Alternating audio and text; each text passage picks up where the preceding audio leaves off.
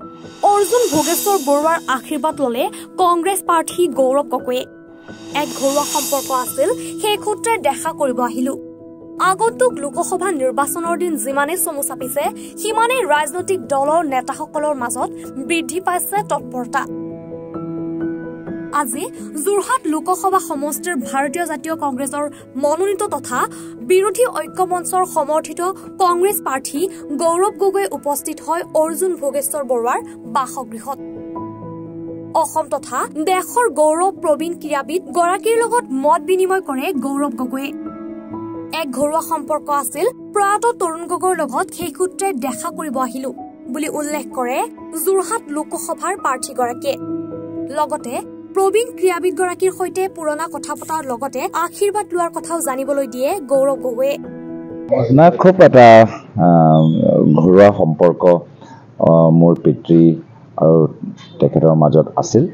সেই ঘৰুৱা সম্পৰ্ক লৈ অলপ আমি আলোচনা কৰিলোঁ। কেনেদৰে মোৰ পিতৃ আগতে ইয়াত আহি তেখেতক খবৰ লৈ যায়, বা আমাৰ আইতা কেতিয়া দিল্লীত গৈ আমাৰ সেই সময়ত যেতিয়া ছাৰ MP আছিলে, মোৰ দেউতা MP আছিলে, সেই সময়ত আমাৰ সৰু এটা MP কোৱাৰ্টাৰ আছিলে, তাত গৈছিল। তো কিছুমান পুৰণা কথাবোৰ আমি পাতিলোঁ। লগতে মই তেখেতৰ স্বাস্থ্যৰ বাবে সুধিলোঁ আৰু আশা কৰোঁ কি তেওঁ সুস্থ হৈ থাকক। আৰু সেইটো আজি এই নিৰ্বাচনী পৰীক্ষাত তেখেতৰ আশীৰ্বাদ বিচাৰিছোঁ। একো তেখেতে কোৱা নাই, কিন্তু মইহে কৈছোঁ যে আমাৰ ইয়াত ঘৰে ঘৰে ফুৰিব কোনো প্ৰয়োজন নাই। আমি আছোঁ,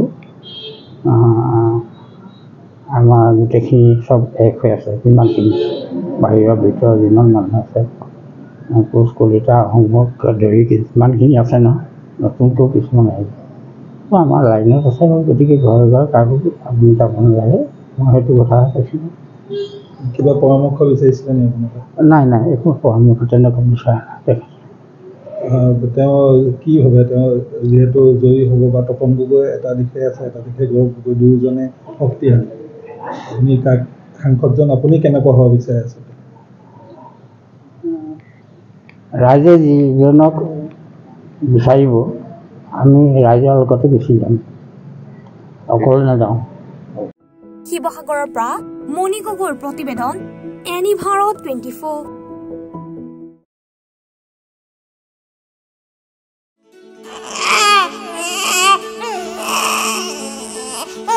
অভিনন্দন, আপোনাৰ এজনী ছোৱালী জন্ম হৈছে।